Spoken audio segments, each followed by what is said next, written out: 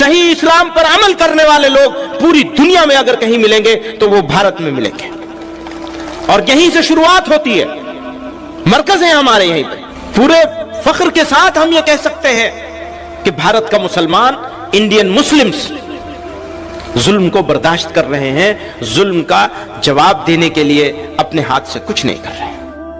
کیا آپ یہ سمجھتے ہیں کہ اگر کسی انسان کو 100 سال کا اقتدار دے دیا جائے اور بیچ میں سے تمام جمہوری نظام ختم کر دیا جائے، ہٹا دیا جائے، اس کو بادشاہ بنا دیا جائے کسی بھی انسان کو،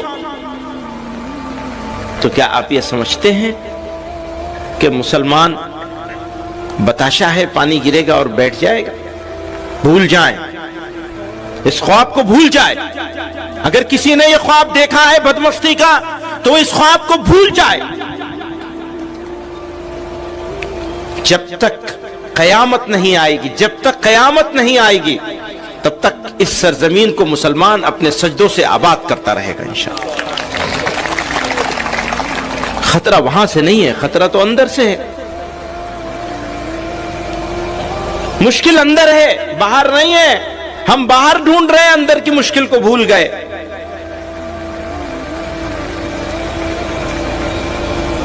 میری بات کو، میری گفتگو کو ان کے نعروں نے بھٹکا دیا، اور میری قوم کو اس کے لیڈروں نے جذباتی باتوں سے بھٹکا رکھا ہے۔ ہرگز مایوس ہونے کی ضرورت نہیں ہے۔ میں پورے اعتماد کے ساتھ کہتا ہوں کہ اس پورے بر صغیر میں بھارت کے مسلمانوں کے لیے بھارت سے اچھی جگہ آج بھی کوئی نہیں ہے۔ پورے اعتماد کے ساتھ کہتا ہوں۔ ہے خراب حالات، سب خرابیوں کے باوجود خرابی ہے، ہو سکتا ہے اور بھی بڑھے۔ تم یہ سمجھتے ہو کہ تم ایمان والے ہوگے اور تمہارا امتحان نہیں لیا جائے گا؟ کیا تم یہ سمجھتے ہو؟ قرآن کہہ رہا ہے۔ تم یہ سمجھتے ہو کہ تم آرام سے رہو گے؟ کہو گے ہم ایمان لائے اللہ پر اور اس کے رسول پر، اور تم آرام سے زندگی گزارو گے مشرکوں کی طرح سے؟ تم آرام سے زندگی گزارو گے ان لوگوں کی طرح سے جو ایمان کی نعمت سے محروم رہ گئے؟ یہ کبھی نہیں ہونے والا ہے، یہ کبھی نہیں ہونے والا ہے۔ تمہارا ایمان اس بات کی علامت اور پہچان ہے کہ تمہیں تپایا جائے گا، تمہیں گرم کیا جائے گا، تمہیں تیار کیا جائے گا اس پروردگار کے سامنے پیش ہونے کے لیے۔ تو حالات سے گھبرانا یہ مسلمان کی شان نہیں ہے، یہ ایمان کی پہچان کے خلاف ہے۔ یہ حالات سے مسلمان گھبرا جائے گا؟ ہم تب نہیں گھبراہٹ میں آئے جب ہمارے دوست، ہمارے چاہنے والے، ہماری چاہت کا دعویٰ کرنے والے ہمارا جنازہ پڑھ کے اس ملک سے جا رہے تھے۔ آج ہم ان کے ملک سے بڑا ملک یہاں لے کے بیٹھے ہوئے ہیں۔ وہ گئے تھے یہ کہہ کر کے کہ تمہارا جنازہ پڑھ کے جا رہے ہیں، وہ گئے تھے یہ کہہ کر کے کہ تم مرتد بنا لیے جاؤ گے۔ مقابلہ کر لیجئے ان کے ایمان کا اور ہمارے ایمان کا، موازنہ کر لیجئے۔ نہ تعداد میں وہ ہمارے برابر ہیں، نہ ایمانی حمیت میں وہ ہمارے برابر ہیں، نہ ہمارے اداروں میں وہ ہمارے برابر ہیں، نہ وہ ہماری دین کے کاموں میں وہ ہمارے برابر ہیں۔ اور ہندوستان کے مسلمانوں کو، اس ملک بھارت کے مسلمانوں کو فخر ہے اس بات پر کہ آج بھی اگر صحیح اسلام کی تعلیم، صحیح اسلام کی تبلیغ، صحیح اسلام پر عمل کرنے والے لوگ پوری دنیا میں اگر کہیں ملیں گے تو وہ بھارت میں ملیں گے، اور یہیں سے شروعات ہوتی ہے، مرکز ہے ہمارے یہیں پہ، یہیں مراکز ہیں ہمارے۔ تو ہرگز مایوس ہونے کی ضرورت نہیں، کوئی گھبراہٹ کی چیز نہیں ہے۔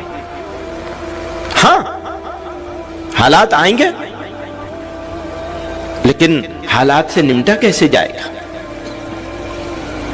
اینٹ کا جواب پتھر سے دیا جائے گا۔ ایک طریقہ یہ ہوتا ہے نمٹنے کا جس کو ناجائز نہیں کہا جا سکتا، جس کو غلط بھی نہیں کہا جا سکتا کہ اینٹ کا جواب پتھر سے دیا جائے۔ وہ صحیح بھی ہو سکتا ہے دنیا والوں کے لیے،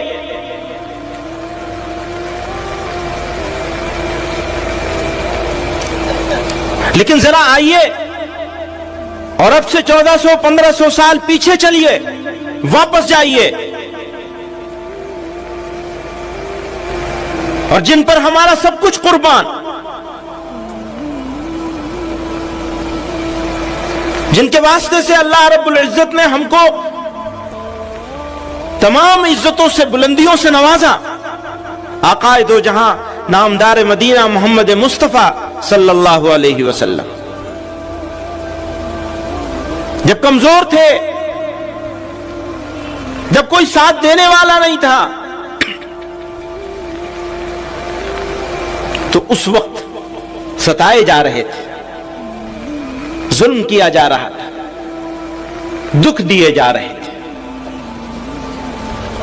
بے عزت اور ذلیل کیا جا رہا تھا، مارا جا رہا تھا، سجدے میں جا رہے تھے تو اوجڑی رکھی جا رہی تھی، کانٹے اور کوڑے، راستے میں کانٹے بچھائے جا رہے تھے، اوپر سے کوڑا ڈالا جا رہا تھا۔ پھر یہی نہیں، آپ کے مقدس ساتھیوں کے ساتھ کیا کیا ہوا، حضرت بریرہ کے ساتھ کیا ہوا، حضرت سمیہ کے ساتھ کیا ہوا، کتنے واقعات ہیں، سب معلوم ہیں آپ لوگوں کو۔ اور طائف کی گلیوں میں نبی علیہ السلام کے ساتھ کیا ہوا، آپ نے کیا کیا؟ جب وہ آئے تھے اجازت لینے کے لیے کہ آپ اجازت دے دیجئے تو پہاڑوں کو ملا دیا جائے گا، طائف کا نام و نشان مٹ جائے گا، تو جناب رسول اللہ صلی اللہ علیہ وسلم نے کیا فرمایا، سب کو معلوم ہے، زخموں سے چور ہیں، اور آپ فرما رہے ہیں کہ نہیں، ہو سکتا ہے ان کی نسلوں میں کوئی ایمان لے آئے۔ کرنے کے لیے نبی علیہ السلام نے 1500 سال پہلے فتح مکہ کے موقع پر انہی موسٹ وانٹڈ لوگوں کو معافی کا صرف اعلان نہیں کیا تھا، بلکہ یہ کہا تھا کہ ان کے گھر میں جو پناہ لے لے گا ہم اس کو بھی معاف کر دیں گے۔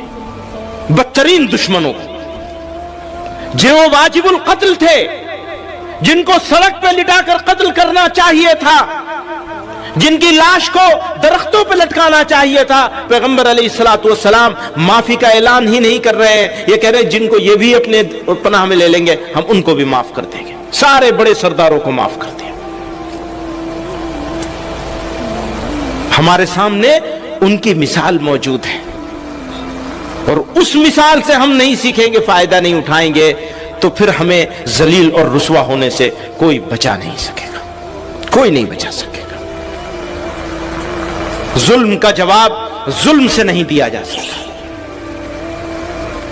ناانصافی کا جواب ناانصافی سے نہیں دیا جا سکتا، اندھیرے کو اندھیرے سے نہیں مٹایا جا سکتا، آگ کو آگ سے نہیں بجھایا جا سکتا، ہاں ظلم کو صبر سے ہرایا جا سکتا ہے، کیونکہ میرے اللہ نے کہا ہے کہ صبر کرنے والوں ہی کے ساتھ ہوگا۔